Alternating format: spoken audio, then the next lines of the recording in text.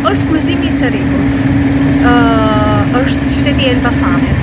Kemi treguar diçka lidhje me këtë treg, se çfarë po ndodh. Dhe i pyetja, mos kjo po ndodh edhe në qytete të tjera.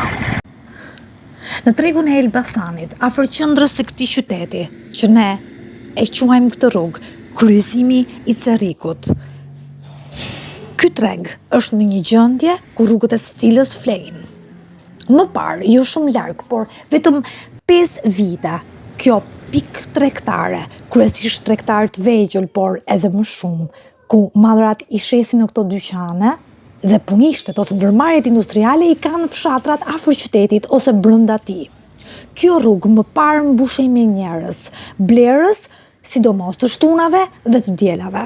Njerëzit nga vetë qyteti dhe fshatrat e kishin pikë referimi qytetin e Elbasanit për të blerë në këto rrugë, xhirot dhe koha e paradites për të kaluar fundjavat. Ishte si xhirot e bulevardeve të qyteteve dikur.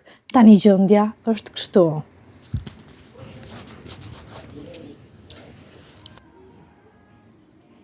Është ora 12, unë kam ardhur që në orën 11:20 dhe kam bërë disa video të shkurtra. Dyqanet, shumica janë mbyllur, por arsye, nga ajo që nuk ka blerje, ka marrë blerje një, edhe e dyta, ikme, ka ikur dhe, nga këtu ka ikur, ja kështu. Ka ngel vetëm poshtë 3-4 për qopit. I pjesën bëjnë fare, ne bëjnë dhe qeran. Ditë vetëm qeran bëjnë, Dhe se s'kemi ku të vejmë, sepse murzitni, jo që një mosh një me pension. Po kërë do të, që vinë në shpi. 5 lek pension, 5 lek. Tu më në harritme. Një zonjë aty më tha 18 metra katror, 200.000 lekë të vjetra. Është e vërtet? Nuk e di, kurse ne 100 e kemi. Ne 100 e kemi. 100? Por nëse keni më të vogël? Ma i vogël, e di kanë dyqanë më të nda, ka dyqanë më të ndaj që i kanë 200. Kurse ne kemi dyqanë vogël, 100.000. Jo sa është shumë, por s'ka blerë sa. Qeraja nuk është e madhe, 100.000 lekë nuk është vjetë.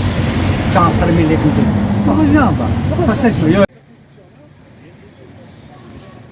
Disa intervistues insistojnë në shkakun e gjithë kësaj, duke theksuar 2 arsyet, që janë emigrimi dhe teknologjia e zhvilluar, shitjet online.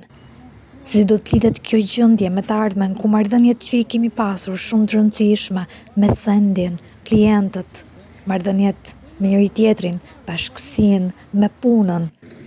Kjo që do të vijë sipas fjalëve të tyre, ku thonë se një ditë do të mbyllet gjithçka këtu, e ardhmja e re, por e parashikuar tashmë.